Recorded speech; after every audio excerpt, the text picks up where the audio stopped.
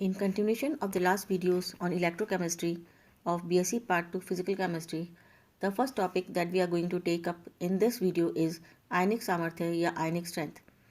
विलयनों के कुछ गुण उपस्थित आयनों के मध्य अंतर आयनी आकर्षण बलों पर निर्भर करते हैं। यदि इन गुणों को प्रभावित करने वाले अन्य कारकों का अध्ययन करना है तो विलयन में इन अंतर आयनी आकर्षण बलों को समान रखना आवश्यक है।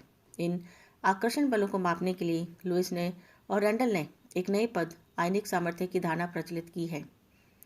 विलयन में आयनों की उपस्थिति के कारण उत्पन्न विद्युत तीव्रता इलेक्ट्रिकल इंटेंसिटी का माप विलयन की आयनिक सामर्थ्य कहलाती है। इसे म्यू द्वारा प्रदर्शित किया जाता है। यह उन सभी पदों के योग का आधा होता है जो विलयन में उपस्थित प्रत्येक आयन की सांद्रता तथा संयोजकता के वर्ग के गुणनफल से प्राप्त होता है। इसे गणितीय रूप में निम्न प्रकार से प्रदर्शित किया जा सकता है। Mu equal to 1/2 within the square brackets C1 Z1 square plus C2 Z2 square plus C3 Z3 square plus so on square bracket closed। यदि C1 C2 C3 आदि विभिन्न आयनों की सांद्रताएं तथा Z1 Z2 Z3 आदि उनकी संगत संयोजकताएं हैं, यदि सांद्रताओं को मोलरता में व्यक्त किया जाता है तो इक्वेशन का रूप हो जाता है म्यू इक्वल टू 1/T2। तो इक्वेशन का रूप हो जाता है mu equal to 1/2 within the square brackets m1 z1 square plus m2 z2 square plus m3 z3 square। यहाँ m1 m2 m3 आदि विभिन्न आयनों की मोलरता है। अगर हम इनका सबका समीशन करके लिखते हैं तो हमें इक्वेशन का ये रूप प्राप्त होता है mu equal to 1/2 summation of ith mi into zi square. Lewis व रैंडल के अनुसार समान आयनिक सामर्थ्य के तनु विलयनों में विद्युत अपघट्यों का माध्य सक्रियता गुणांक समान रहता है। यह लुईस रैंडल का नियम कहलाता है। यहाँ ध्यान देने योग्य है कि आयनिक सामर्थ्य विलयन का गुण है, न कि विलयन में उपस्थित किसी आयन विशेष का। एक संयोजी यानी यूनिवैलेंट विद्युत अपघट्यों जैसे HCl, NaCl, NaBr आदि के लिए तनु विलयनों में आयनिक सामर्थ्य का मान उनकी सांद्रताओं के समान ही होता है। इन विद्युत अपघट्यों के म्यू का मान निम्न समीकरण द्वारा दिया जा सकता है mu equal to 1/2 with the square brackets C1 Z1 square plus C2 Z2 square. विलयन में दो प्रकार के आयन धनायन एवं ऋणायन उपस्थित हैं जिन पर आवेश +1 तथा -1 है। यदि C सांद्रता है तो C1 equal to C2 equal to C है। ये मान समीकरण 63 में स्थापित करने पर जो इक्वेशन में प्राप्त होती है वो है mu equal to 1/2 within the brackets C +1 square plus C -1 square और mu equal to 1/2 within the square bracket C1 square plus C1 square और म्यू इक्वल टू C। अगर हम देखें उदाहरण तो निम्नलिखित विलयनों के आयनिक सामर्थ्य की अगर हम गणना करते हैं तो जो डेटा में दिया गया है वो है 0.15 mKcl, 0.25 K2SO4, 0.01 m K4FeCN6, 0.01 m Al2SO4 और 0.01 m NaCl तथा 0.02 m BaCl2। अब हम करते हैं 0.15 m KCl विलयन का वियोजन इस प्रकार होता है KCl equal to K cation plus Cl anion. यहाँ C1 इक्वल टू 0.15 और C2 इक्वल टू 0.15 है तथा Z1 है तथा Z2 भी 1 है। अतः म्यू का मान आता है 1/2 C1 Z1 square plus C2 Z2 square यानी 1/2 within the bracket 0.15 raise to the power square plus 0.15 raise to the power square यानी 0.15। अतः 0.15 mKcl में म्यू का मान आ रहा है 0.15। इसी प्रकार 0.25 m K2SO4 विलयन का वियोजन निम्न प्रकार होता है K2SO4 देता है हमें 2 ions of potassium and 1 ion of SO4 2- यानी 2 ions of potassium plus and 1 ion of SO4 2-। यहाँ C1 2 है, यहाँ C1 is equal to 2 into 0.25 तथा C2 है 0.25 और Z1 है 1 और Z2 है 2। अब चूंकि mu equal to 1/2 C1 Z1 square plus C2 Z2 square अतः mu equal to 1/2 0.50 into 1 raise to the power square plus 0.25 into 2 raise to the power square बराबर आता है 0.75। यानी K2SO4 में जो म्यू का मान है वो है 0.75। इसी प्रकार हम ये सारे कर सकते हैं। अब हम आते हैं डिबाय-हक्कल सीमांत नियम पर। जैसा कि पूर्व में बताया गया है, माध्य सक्रियता गुणांक का मान तनु विलयन में इकाई में नहीं होता है। F प्लस माइनस में के इकाई से विलयन को डिबाय-हक्कल सिद्धांत द्वारा समझाया जा सकता है। डिबाय-हक्कल ने माध्य सक्रियता गुणांक एवं आयनिक सामर्थ्य में मात्रात्मक संबंध यानी क्वांटिटेटिव रिलेशन व्युत्पन्न किया है, जिसे कि सीमांत नियम समीकरण कहते हैं, यानी लिमिटिंग लॉ इक्वेशन कहते हैं। यह समीकरण निम्न प्रकार है: log F plus minus is equal to minus A Z plus Z minus square root of U. यहाँ एक कांस्टेंट है जो विलायक की प्रकृति एवं ताप पर निर्भर करता है। 25 डिग्री सेंटीग्रेड पर जल के लिए ए का मान 0.509 होता है। अतः log F plus minus is equal to minus 0.509 Z plus Z minus square root of U. यहाँ जेड प्लस तथा जेड माइनस क्रमशः विद्युत अपघट्य के धनायन एवं ऋणायन पर आवेश हैं तथा म्यू विद्युत अपघट्य की आयनिक सामर्थ्य है। इस समीकरण को अनंत तनु विलयनों तक की सीमा तक उपयोग किया जा सकता है। अतः इसके साथ सीमांत शब्द का उपयोग किया गया है। समीकरण 65 डिबाय-हक्कल का सीमांत समीकरण कहलाता है। समीकरण 65 द्वारा F प्लस माइनस के परिकलित मान विभिन्न सांद्रताओं पर प्रायोगिक रूप से प्राप्त मानों के अनुरूप प्राप्त होते हैं। डिबाय-हक्कल सीमांत समीकरण द्वारा निम्नलिखित निष्कर्ष निकाले जा सकते हैं, जिनकी पुष्टि हम जो टेबल है उसमें F प्लस माइनस के मानों द्वारा कर सकते हैं। तो पहला निष्कर्ष है, log F प्लस माइनस का ऋणात्मक मान दर्शाता है कि F प्लस माइनस का मान 1 से कम है।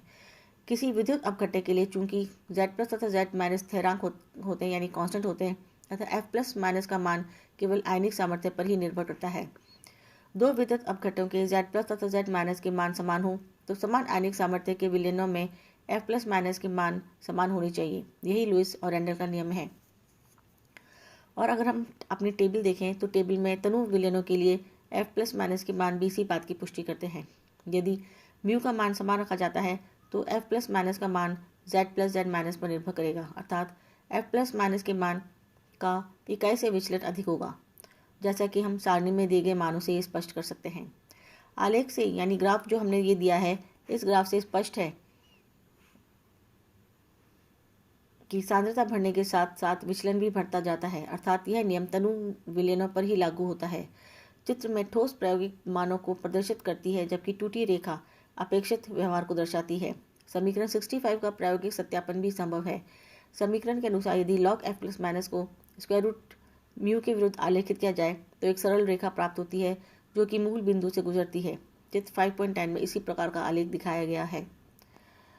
अगर हम देखें कि विद्युत अपघट्य के लिए ढाल का मान 0.59, एक द्विसंयोजी तथा एक द्विसंयोजी के लिए 2 × 0.509 होंगे। अत्यंत तनु विलयनों में यह मान प्रायोगिक मानों के निकट पाए जाते हैं।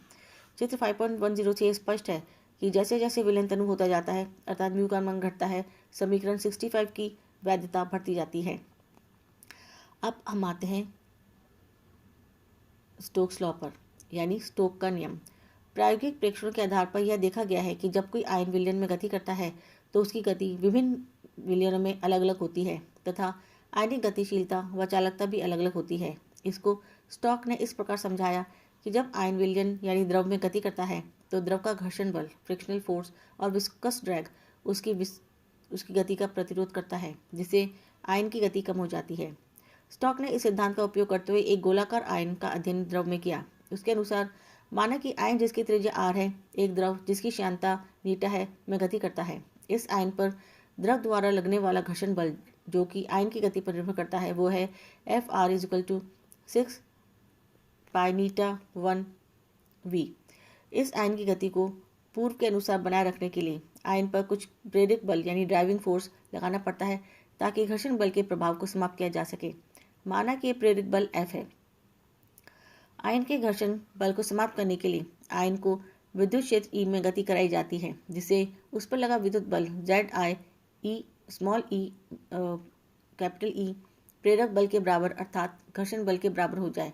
अतः 6 π r × v = ZIEE और v = ZIEE/6 π r आयन की गति लगाए गए विद्युत क्षेत्र के समानुपाती होती है। अतः v is directly proportional to E और v = UE।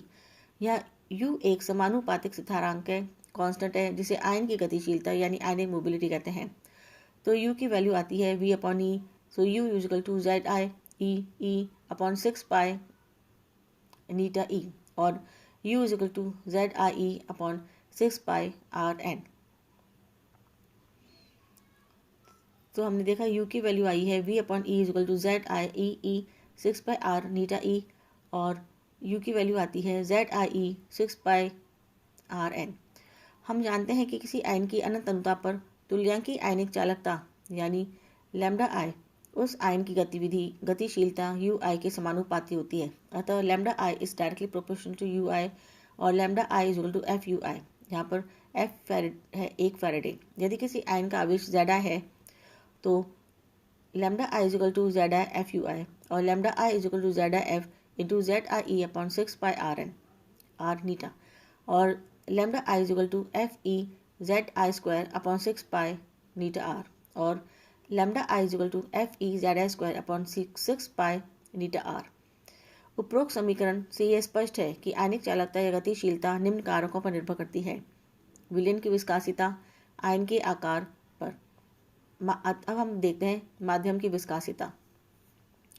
चालकता माध्यम की विस्कासिता पर निर्भर करती है। इसे सर्वप्रथम वॉल्डन्स रूल द्वारा दिया गया। इसके अनुसार वह स्टॉक के नियम के अनुसार कि किसी विद्युत अपघट्य की तुल्यांकी चालकता माध्यम की विस्कासिता के व्युत्क्रमानुपाती होती है, अर्थात lambda infinity eta infinity is equal to constant.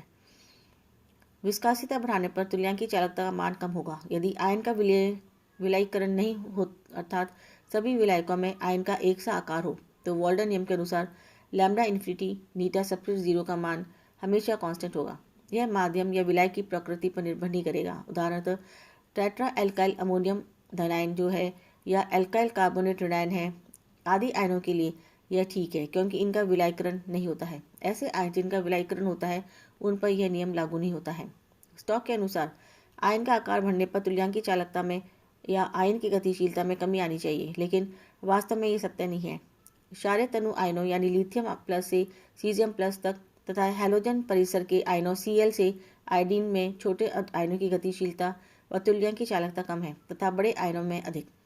इस विसंगति को इस प्रकार समझ सकते हैं कि स्टॉक सूत्र में जो आयन का अर्धव्यास है वह आयनिक जालक या क्रिस्टलीय जालक के आयन के अर्धव्यास के बराबर है, और आयनिक जालक में आयन का अर्धव्यास छोटा होता है।